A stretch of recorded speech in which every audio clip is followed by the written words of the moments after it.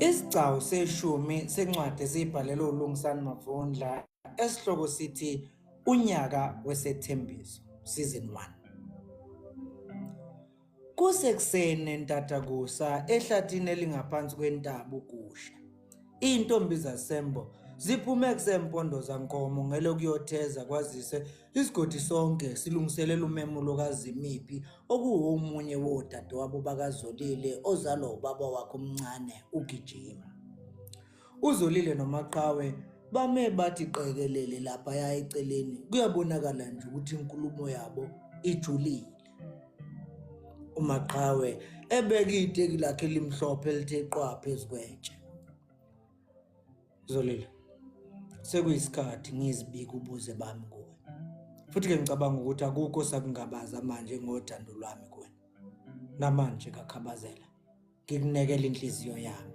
Ngikholwa uma ngithi kuwena konke sengikuhlelele wena.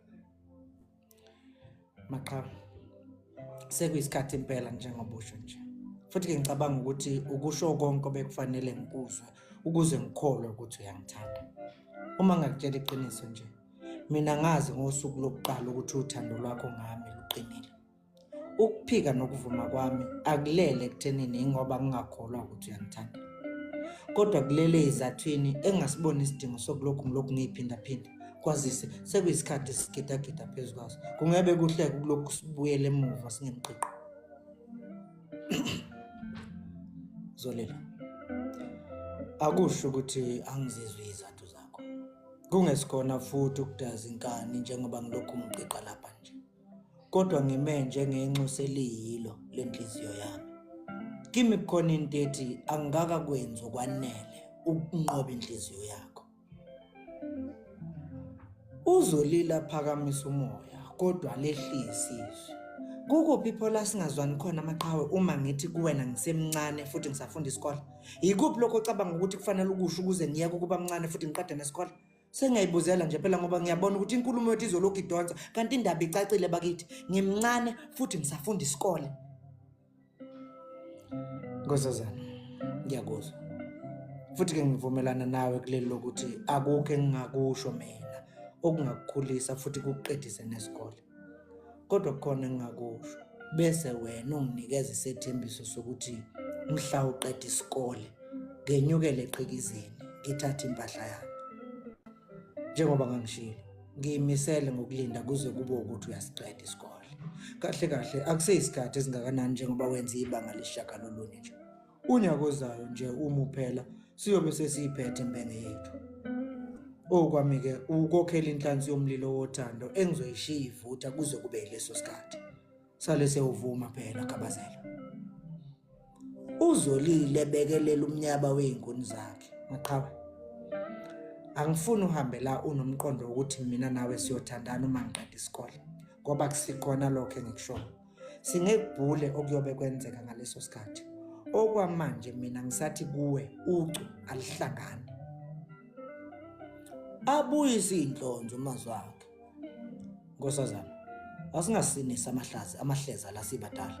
Zolile, asingacashi ngesithupha iqiniso libe lisobala. Mina ngiyazi ukuthi wena unalo uthando lwami. Kuphela nje indaba yesikole. Uma ngihlolisisa inkulumo yethu, akukho la wena othi kimi awungithandi. Kuphela nje ngikwaziyo isikole futhi kokuyisona mina esengilinda ukuthi usiqede.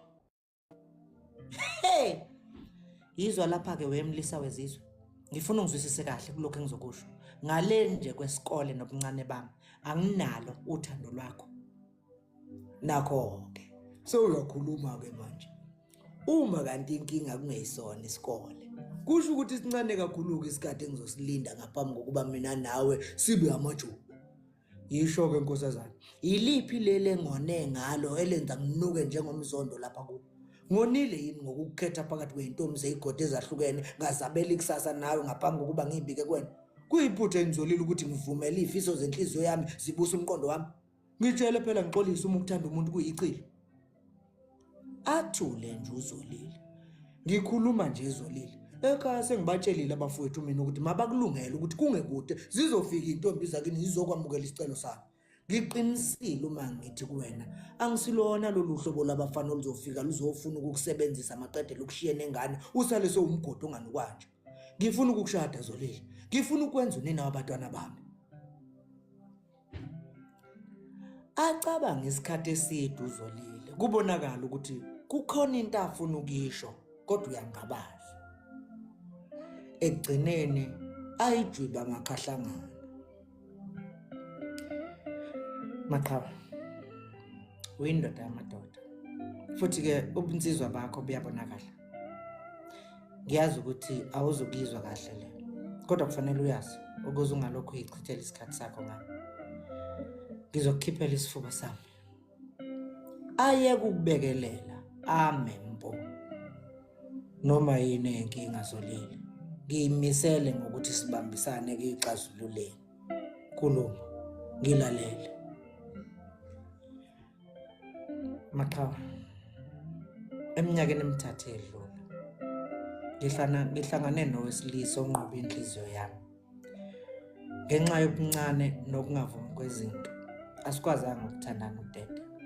Sabe sesithembisana isikhathi esithile engeke ngikwazi ukusisho kuwena kwamanje. Ungadinwa Maqhawe, njengoba ngisho akukho sici kuwe, kodwa uthando lwalona wesilisa lungehlule, kanti kunjalo angisenalo lomunye umuntu. Kahle Zolile, sewaqoma? Cha, Maqhawe, angikaqoma, kodwa njengoba ngisho ngilinda isikhathi esithile. Ubani yena lo mbhemu esikhuluma ngayo la Zolile? Njengoba sengishilo nje Maqhawe, ngingekwazi ukukwazisa igama lakhe, kodwa-ke ngibhekana nesimo esinjengaleso engicela ukuthi usazi usamukele futhi.